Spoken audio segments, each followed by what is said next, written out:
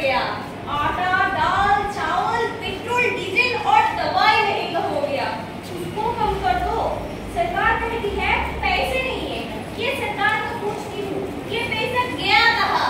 हजारों करोड़ लेकर जयमल्लाल गली कूदी और 30 संदेश कर भाग गया।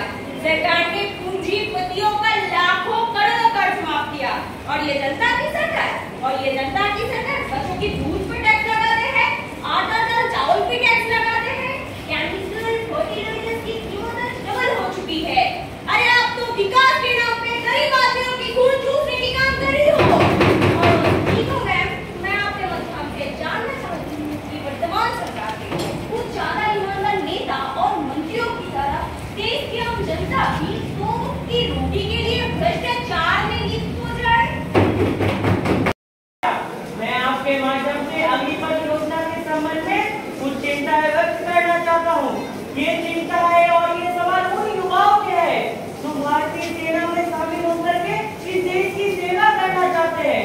मेरा सवाल है कि अग्निपथ योजना उम्मीदवार को केवल 4 साल के लिए रोजगार प्रदान करेगी।